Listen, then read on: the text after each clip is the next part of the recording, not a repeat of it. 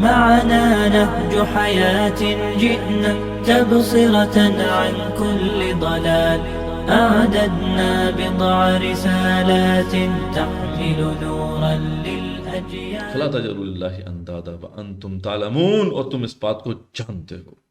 بہت ہی زبردست انداز ہے کہ تم اس بات کو اچھی طرح جانتے بھی ہو. یہ انسان کی فطرت میں اللہ تعالیٰ نے یہ پہچان ڈال دی ہے کہ وہ اپنے رب کو پہچانتا ہے. مطلب اس پہ بہت کچھ کہا جا سکتا ہے. بڑے بڑے اسکالرز فلاسفرز نے اس پہ بات کی ہے. رینے ڈیکارٹ بہت بڑا فلسفی ہے، اور کہا جاتا ہے کہ جدید فلسفے کی بنیاد اس نے ڈالی.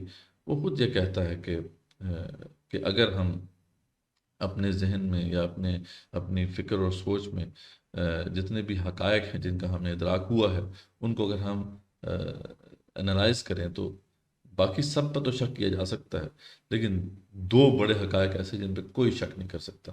سب سے پہلی حقیقت کیا ہے، جس کا اس کا مشہور وہ جملہ ہے کہ I think therefore I am. میں سوچ رہا ہوں اس لیے کم سے کم میں تو ہوں. یعنی میں، یہ جو انا انسان ہے یہ تو موجود ہے، اس میں تو کوئی شک نہیں. ظاہری بات ہے میں جب سوچ رہا ہوں تو سوچ کا عمل میں کر رہا ہوں نا، تو میں تو موجود ہوں. اور دوسری بڑی حقیقت جو اس نے کہا کہ موجود ہے اور اس میں کوئی شک نہیں کر سکتا، وہ ہے اللہ، خدا تو ہے، اس میں کوئی شک نہیں ہے. اس کی وجہ کیا ہے؟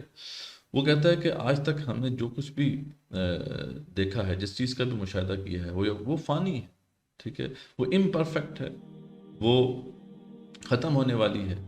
تو پھر ایک ایسی ہستی کا تصور ہی ہمارے ذہن میں کیسے پیدا ہو گیا کہ جو پرفیکٹ ہو، جو ہمیشہ سے اور ہمیشہ رہنے والی ہو. اس کا مطلب ہے کہ یہ نالج جو ہے یہ پہلے سے ہمارے ذہن میں موجود ہے. یہ نالج ہم نے ایکوائر نہیں کیا، یہ اے پریوری ہمارے پاس موجود ہے. تو یعنی دیکھیں اب اتنا بڑا فلسفی جو ہے وہ بھی اس کو بیان کر رہا ہے. اس کو بیان کرنے کا مختلف انداز ہیں، اور ہر انسان جو ہے اس کے اندر رب کی معرفت موجود ہے.